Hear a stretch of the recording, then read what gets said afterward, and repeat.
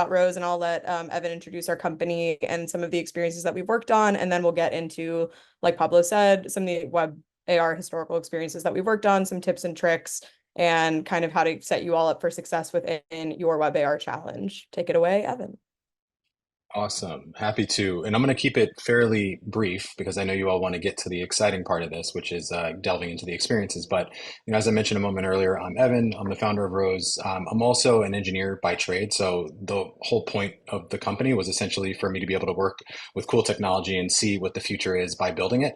And a lot of what has happened in the last 10 years, we're going to be 10 in a few months, actually, which is pretty awesome, has been basically generated and driven by the focus on what's next, right? Thinking about how can technology be used for brands, for initiatives, for bringing history to life. As you'll see in just a minute, we've had the great fortune to work with a lot of really awesome brands, building some experiences that have been used by millions of people, which is always fun to have something out there in the world and have people use it and get some feedback from it as well.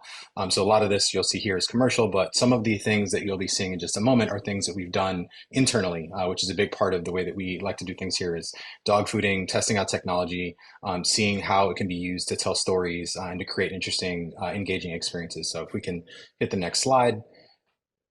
You'll see just a few examples. There's a lot of different industries that we've done work in. On the left is some work with Premier League, scavenger hunt, some fun work with alpha video projection with Kate, basically projecting green screen video with a shader onto a 2D plane to create the illusion of a 3D object. We call them avatars, as you might imagine. On the bottom there is some work that we did with Bacardi with Patron, creating custom Patron bottles to be gifted throughout the United States during the holidays. 3D scans, drone scans with MasterCard showcasing the design district down in Miami. Some fun stuff on a variety of different platforms here. The one, funny enough, at the bottom, the Adidas one, was actually pre-eighth wall. There was, for those of you who are engineers, you might remember ARJS. We had to like rewrite a good chunk of the innards of ARJS to get that running, which was really an interesting and fun one, before the magic of eighth wall came to life. So I think we can hit that final About Rose slide.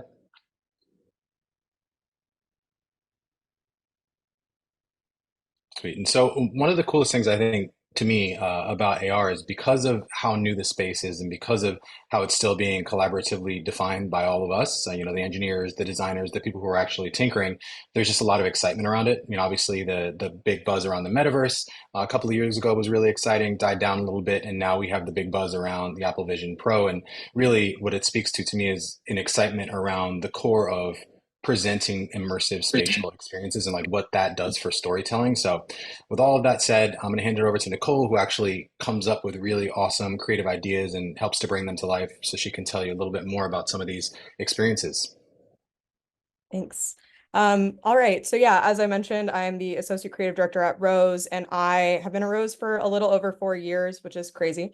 And before coming to Rose, I knew nothing about augmented reality. Actually, one of these projects was rebuilt, but it was one of my first ones kind of touching the platform at large. So definitely a lot of learnings in the last 4 years. I work with brands specifically to craft concepts to execution. So all of the things that we've created for historical WebAR experiences have also kind of come from in-scratch in-house. And kind of what makes us qualified here is we've, for the last couple of years, made augmented reality experiences for February, specifically for Black History Month. And that's kind of where we like to sit as a Black-owned business.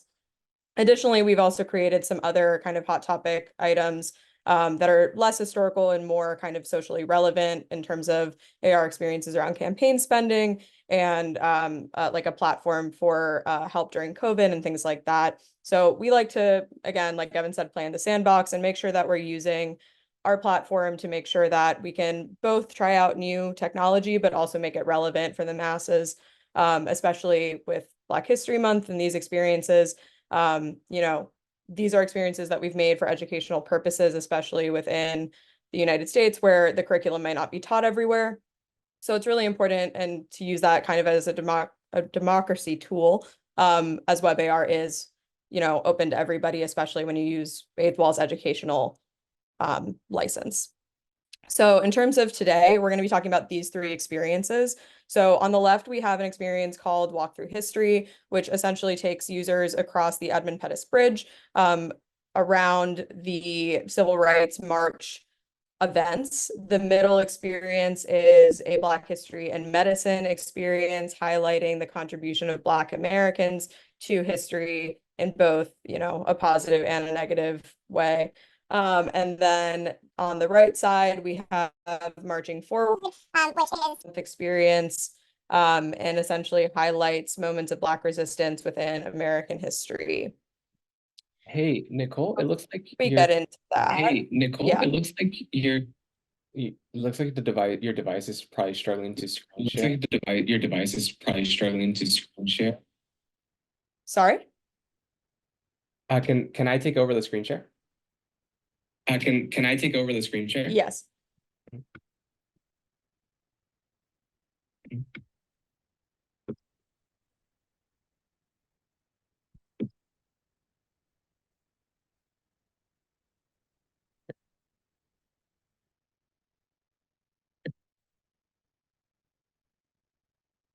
Okay, go ahead. Sorry. Okay, go ahead. Sorry. Okay, sorry, now I need to get back to Zoom.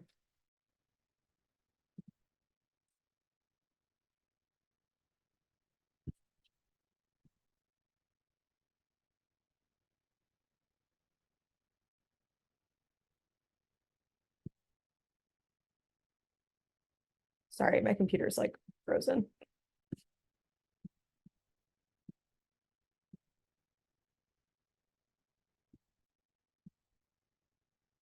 Okay, there we go. Sorry, everyone.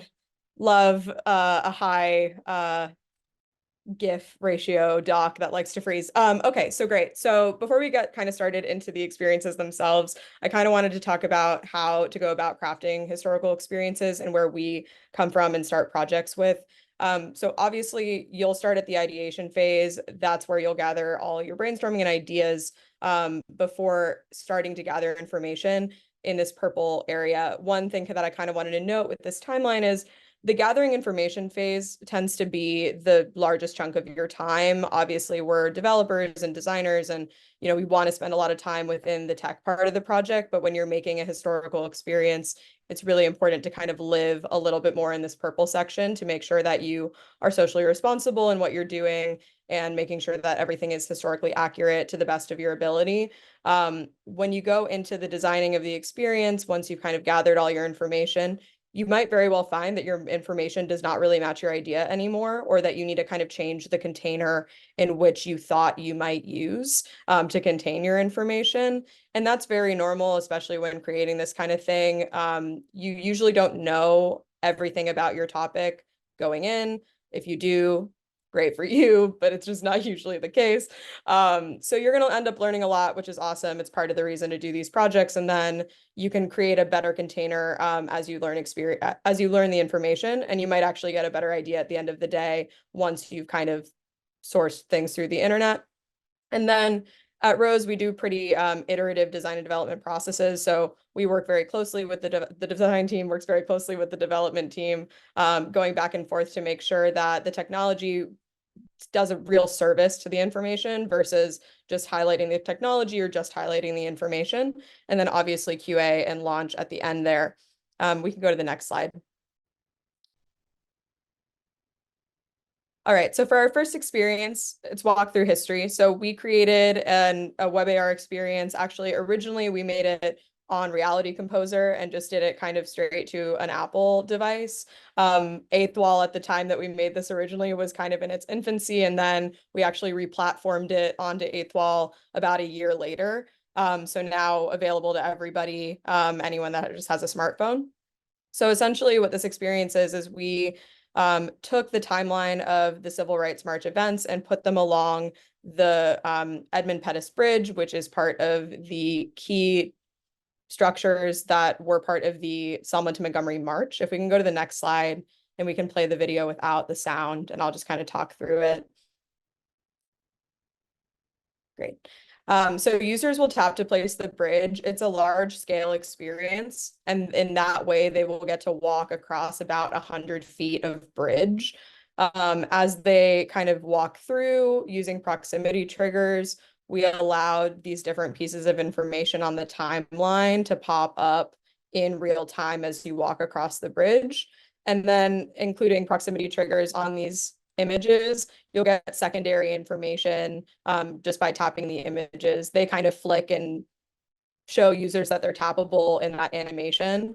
And then once you finish the experience, you can walk and kind of look back and see that road that you've traveled, essentially.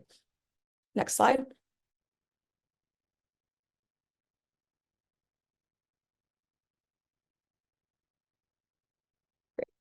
So here's kind of like the main step. So when we were thinking about it, tapping to place the bridge, obviously the most important. I'll kind of get into how we did that in the next slide. In terms of the information, we had to balance how much information was on the actual walk of how long the scale of the bridge was. So really, this whole experience is a negotiation between the scale of the 3D object and the information on it, and like the ability of the user to walk that distance.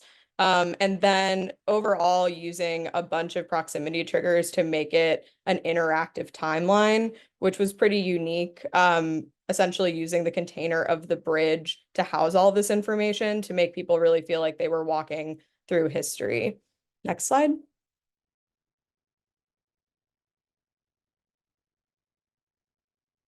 Is a negotiation between the size of the Edmund Pettus Bridge object and then the space that the user has.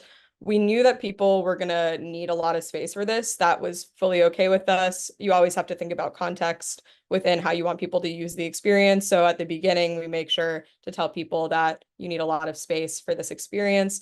But the scale of the bridge and kind of feeling the way a protester might have felt while walking across the bridge was really important for the historical context of this piece. In terms of that scale, VPS wasn't actually a thing yet, and we haven't actually even replatformed this one to be on Lightship yet. So it really was, how big can you make the object with the least amount of drift as somebody walks across it? So that was just a lot of back and forth testing with design and engineering, kind of just on the sidewalks of Brooklyn here, and making sure that, you know, it will drift. That size of an object is huge. It won't drift if you use something like Lightship, but at the time just wasn't an availability. And additionally, it doesn't make it available for everybody if you have to be at a specific location. So managing all those expectations and you know, you have to understand what you want out of the experience for people and what's the best experience for them versus your vision. And that's how we kind of mitigated it in this situation. For the timeline and then the supporting timeline, and this will kind of be a theme throughout, the way that we kind of collate information is when you're researching, you're creating a really long primary timeline. I'll get into a little later how you kind of suss what information you want to include versus not. But this gives you a really good idea of what all exists. And then the supporting timeline is what pieces of information can I actually find secondary information, meaning images, sound clips, videos, other 3D objects that you could potentially recreate or source that help support that information. How will you provide a visual to that text that is in that primary timeline? So for this experience and the next experience, we'll talk about our secondary supporting timeline is majority images, which can always be a tricky thing. And I will also get into that a little bit later, but images can be really hard to source. So again, that might make your idea change between your ideation and your actual development, because you might not be able to find the source images, or they might be heavily copyrighted and fees might be associated with them. So just some things to note in terms of like considerations as you're walking through how you're building these experiences. We can go to the next slide.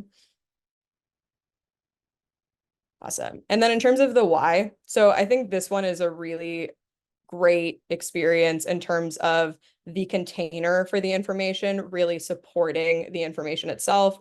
So again, using the bridge as a large scale object to contain the information puts users inside the protest essentially and gives them that historical context of being a protester. You're not always going to have like that kind of perfect container, but in terms of like trying to find an interesting way to display the information so that you're not just only giving users text, or you're not only giving them an experience that they could get in a normal museum, WebAR is meant to surprise and delight in that way. It's that extra layer of what you can add to information. So make sure that you are highlighting that and using that to your advantage within augmented reality. We can hit the next slide. So this is our second experience that we'll go through. So this is Black History in Medicine. So essentially we created a portal experience, a museum-like portal experience. So you can tap to place this anywhere. We have about 30 historical facts in here on a timeline that is easy to use by allowing people to switch the timeline using the bottom UI. If we can hit the next slide and again play that video without music, that would be great, or without sound.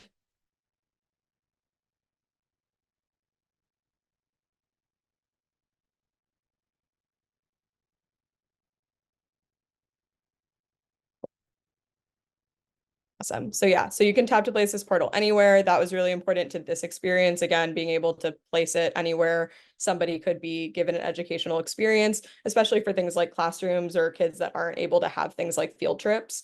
You can kind of walk around the portal and see that it's, just in 3D space kind of floating in. And then we created this museum experience using a really simple room, and I'll kind of get into how we did that in a few slides. But honestly, this was a really fun play of typography for us where from a design team's perspective, we could really play with this like it was a real museum exhibit, just available for everybody. And then being able to change the information just using the bottom UI meant that we could stack a lot of information in a very small space. So the room itself is really only about 10 by 10 or about 8 by 10 or 8 by 8 feet. It's just a rectangle. Or a square rather.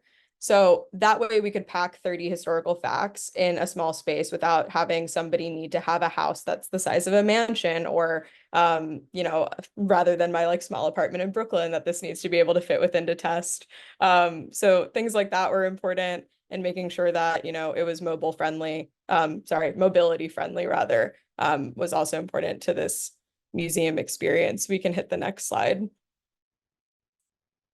This just kind of goes over the features again. One thing that I want to point out here is with all of our experiences, and I would encourage for yours as well, we put a landing page to make sure that people understand what they're about to get into. One note, especially with historical experiences, is if your information that you're highlighting is potentially traumatic, which it often can be, to potentially put a trigger warning or a disclaimer at the front, just to, again, make sure that people have the right to consent to the information that you're about to show them.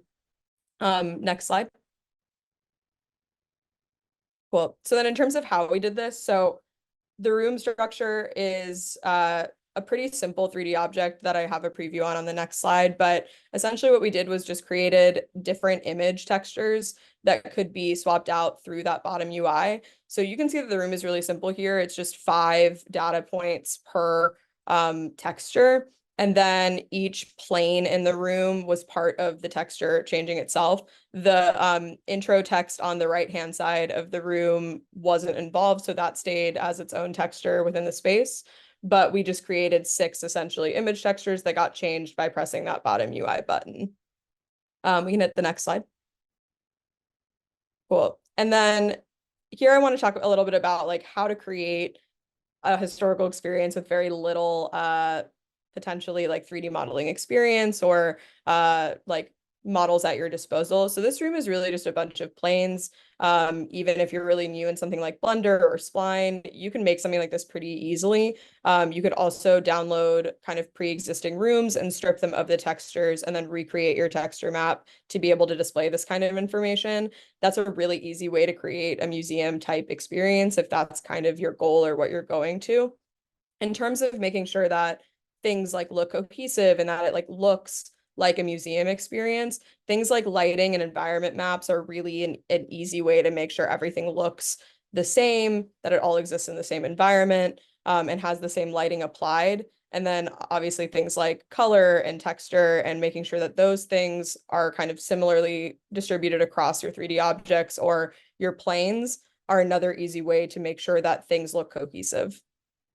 And then in terms of why we did it this way and made a museum experience versus what we did with walking through history, Black history in medicine is not really a thing talked about in a ton of museums, let alone the very few kind of museums for Black history within the United States.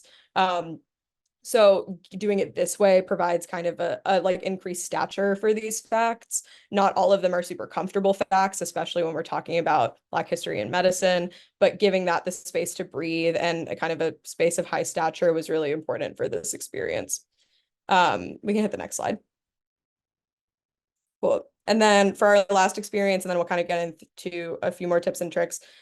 This is Marching Forward. We created this experience last year for Black History Month. For those that don't know, Black History Month always has a theme. So for 2022, it was Black History in Medicine. For 2023, it was Black Resistance. So this experience celebrates Black resistance in American history with a few data points. Obviously, there are more than what we showed here. It also happened to be the 10th anniversary of Black Lives Matter. So the experience really focused around this Black Lives Matter text that you could place anywhere. That way you can kind of put yourself in the middle of a lot of these like cities that have painted that across long streets for, you know, historically relevant marches. And then by tapping these statues, you'll reveal different pieces of information and voiceover that tell you more about each of these points of resistance along this walk. We can hit the next slide and play this video.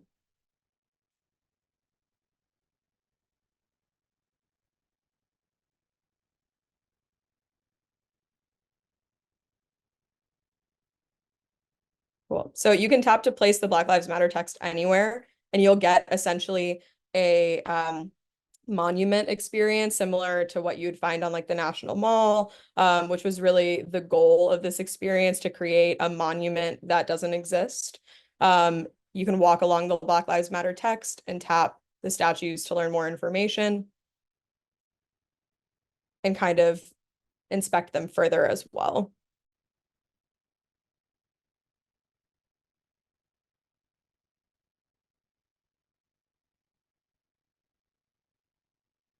As you update as you click the monuments, the Black Lives Matter text will update with images that are relevant to that point in history. So you can kind of get close to those, view those further, which is really awesome, and see kind of the news headlines that are happening while those points of information happen. We can hit the next slide. Great. We can actually go one further than this.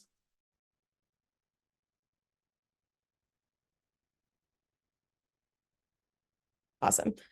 So secondarily to this experience, we actually did a bifold experience where we did half where you could do this anywhere, and that's just the tap to place the Black Lives Matter text.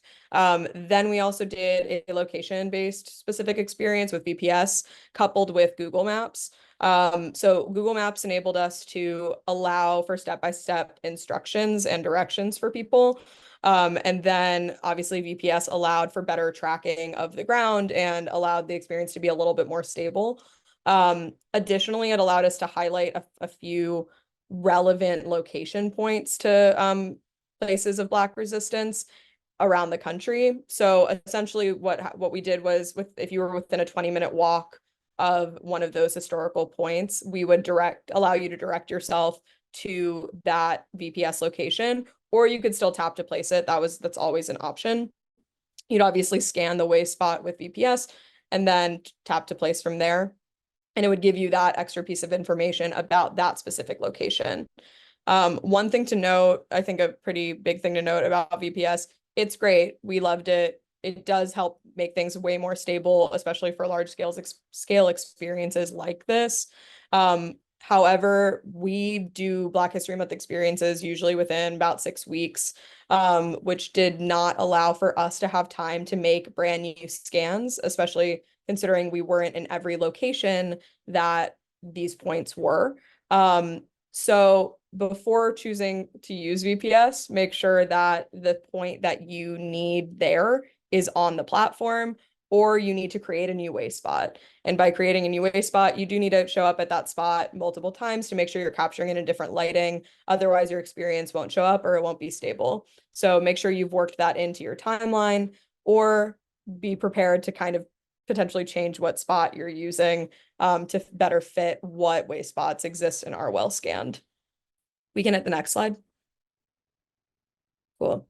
And then in terms of the why, I kind of touched on this a little bit, but there are not a ton of monument experiences, especially for Black Americans. Nothing really that is as significant as stuff that's like on the National Mall. So this experience really allowed us to create something similar to that.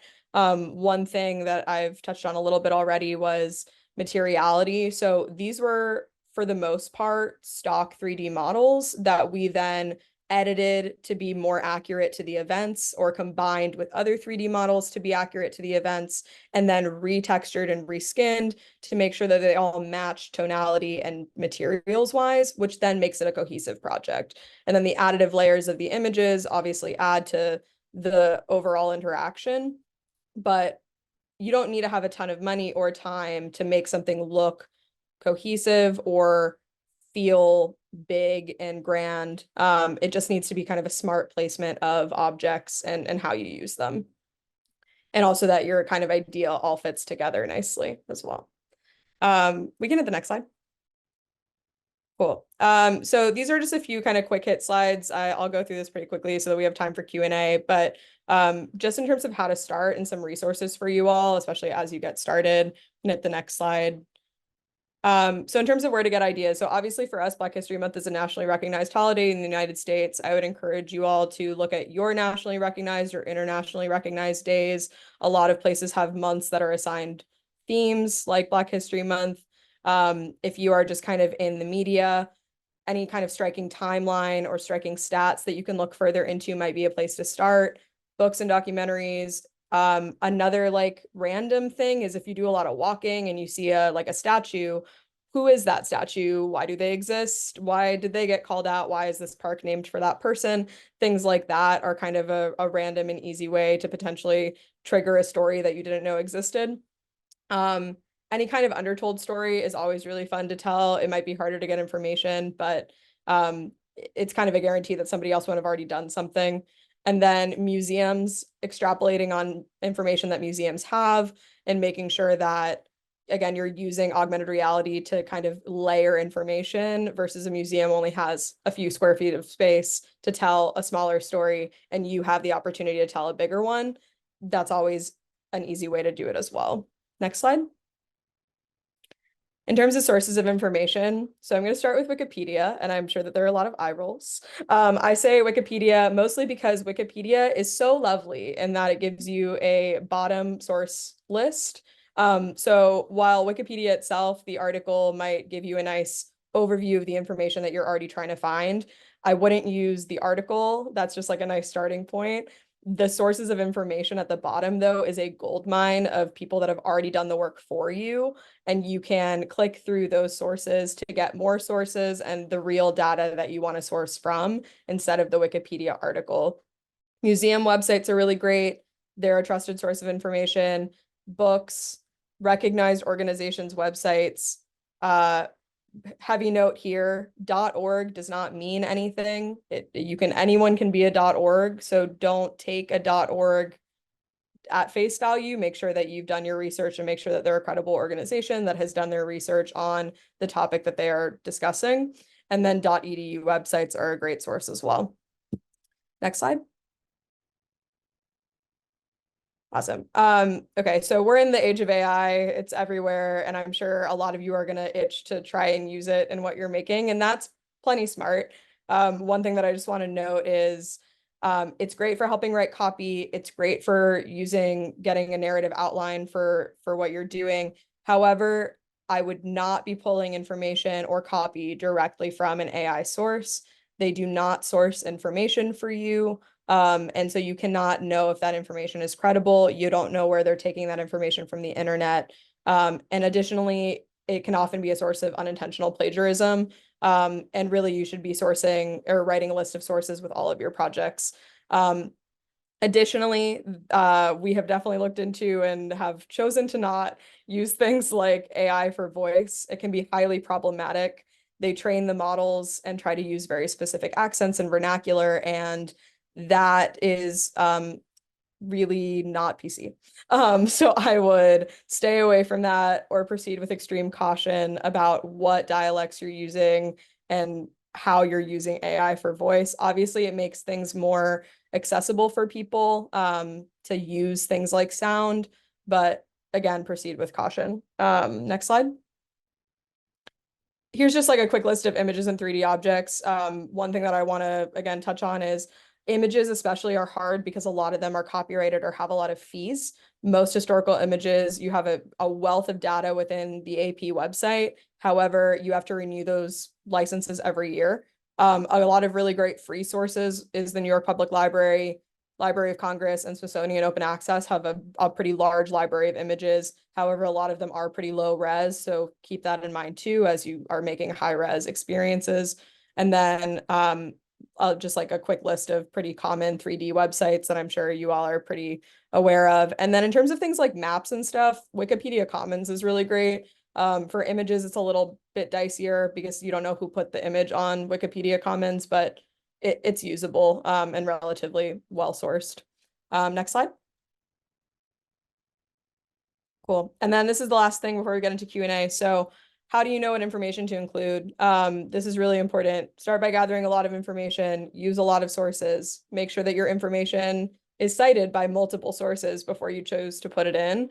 But to do that, you need to keep track of which information is corroborated by what source. That's also really important for your sources list. If the information seems wrong and it sends up a red flag, don't use it or double check it.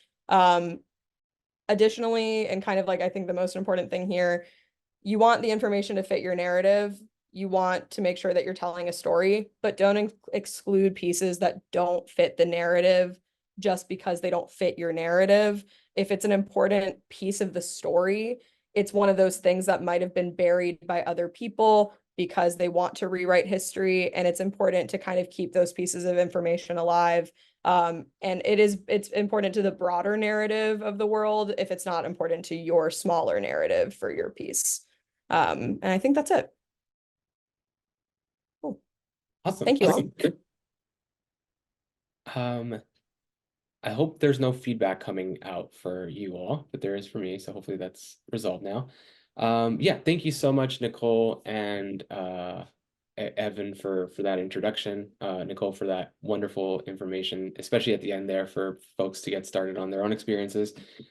We have a couple questions already in the Q&A. For those of you that have questions and maybe haven't typed them out, you could either raise your hand and we'll ask you to unmute, or feel free to type in your questions either in the Q&A or in the chat from here forward. So Francis, if you'd like, you can unmute and ask your questions directly, or I can ask them for you.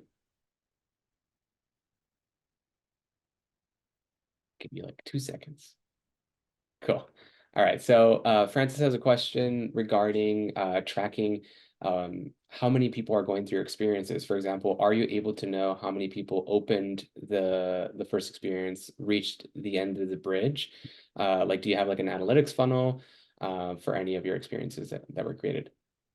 Yeah, so I don't believe we do on walkthrough history. We have gotten in the last again, that was like 2019. In the last few years, we've gotten like really great at putting analytics tags on pretty much every single event in our experiences. So every kind of proximity trigger and knowing how deep somebody goes in. So for example, one of the examples that we showed at the very beginning of our deck, our priceless experience with MasterCard, we have a tag on like every single hotspot that somebody goes through to make sure that you're tracking how deep and how long somebody's actually engaging and what they're engaging with, just to better inform things that we make in the future.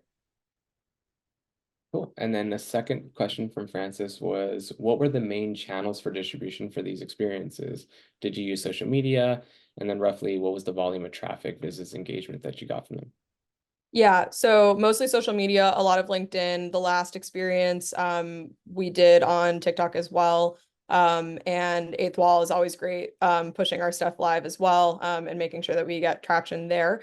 Honestly, a lot of our traffic comes year over year as well. It's not just an initial push. So it continues to grow, especially as we seed it to clients and they want to do things like museum experiences and source information that way. But it's usually in the thousands for like something like this that's just kind of pushed on social versus like a larger campaign. And then we have two questions from Kyle. First is, do the experiences work at night? And I think this might be more geared towards like the VPS stuff. So VPS specifically, it will work at night if you scanned the spot at night. If you didn't scan it at night, it won't work at night.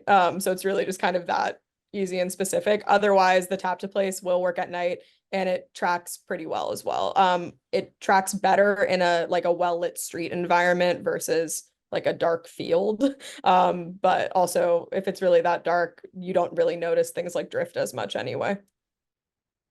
Awesome. And then follow-up question from Kyle, were these experiences self-funded or did you all work with a sponsor? They were self-funded. Cool.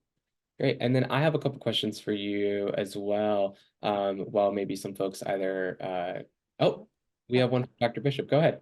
Yes. No, this was great. This is great. I'm working on a project that's more like community-based history. I'm wondering if you've ever run into an issue where you can't like where there are no sources to back up. So I'm interviewing community members of historically Black communities, and a lot of their history has not been written about.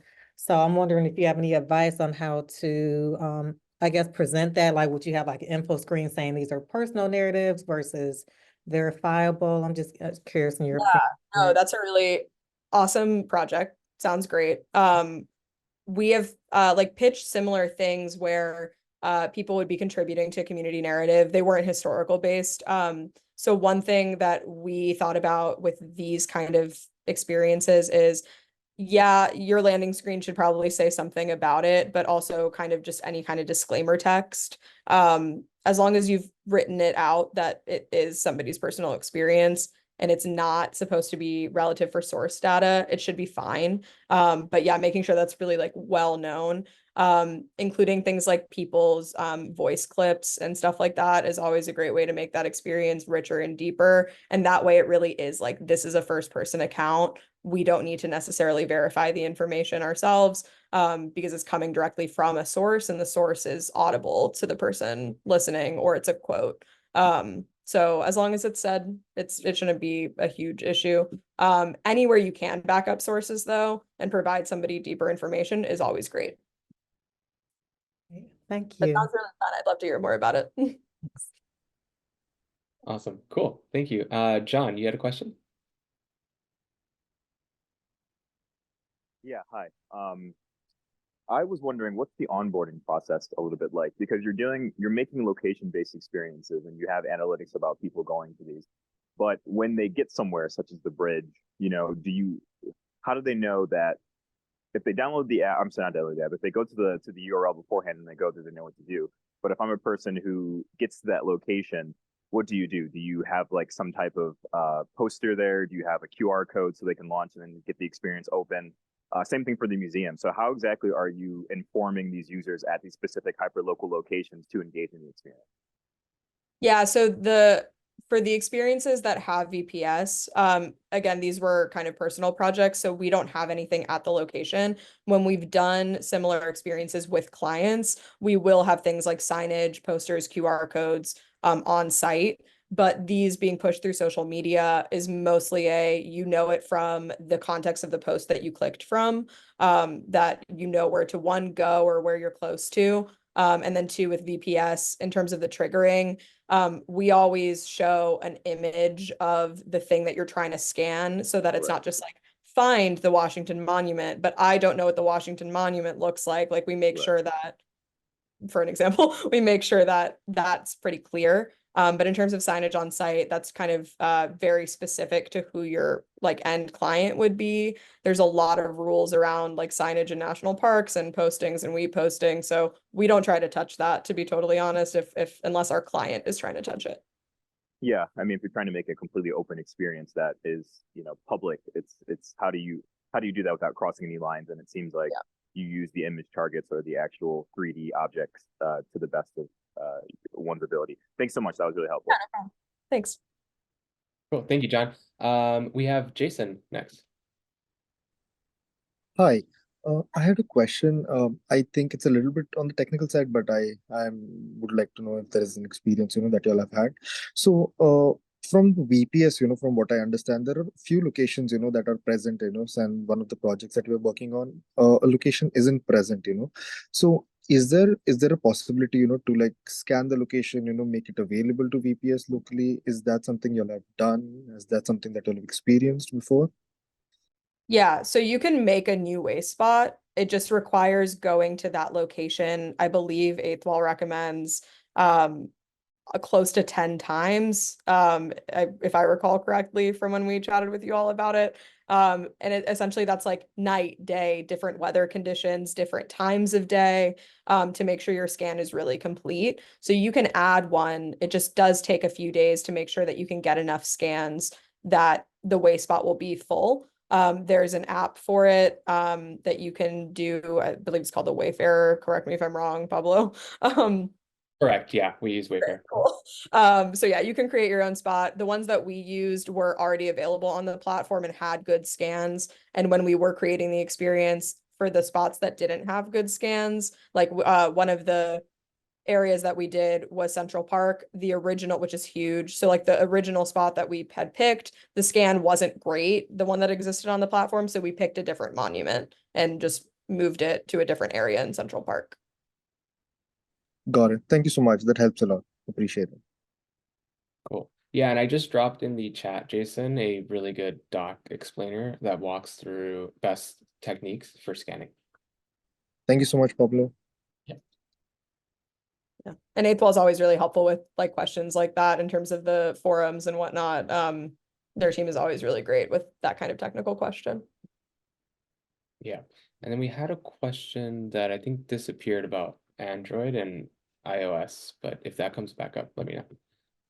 All right. So do we have any other questions from folks? Oh, we do. Yeah, Zach. Oh, there you go. You moved over here. Does Wayfair work on Android and iOS? I believe right now it is just iOS. But no, actually, I'm wrong. No, that's both. Yeah, it's correct. So But I sorry. was like, I don't want to be wrong, but I'm pretty sure it's both. Yeah. No, I'm thinking about what's coming soon. Spoiler alert. Sorry. But yeah, the Wayfair is available for both. Thank you. And then while I give you all some chance to maybe to type questions or raise your hands, I had one quick question for you, Nicole. Looking forward, how do you see kind of like the role of WebAR evolving in the field of like doing historical experiences?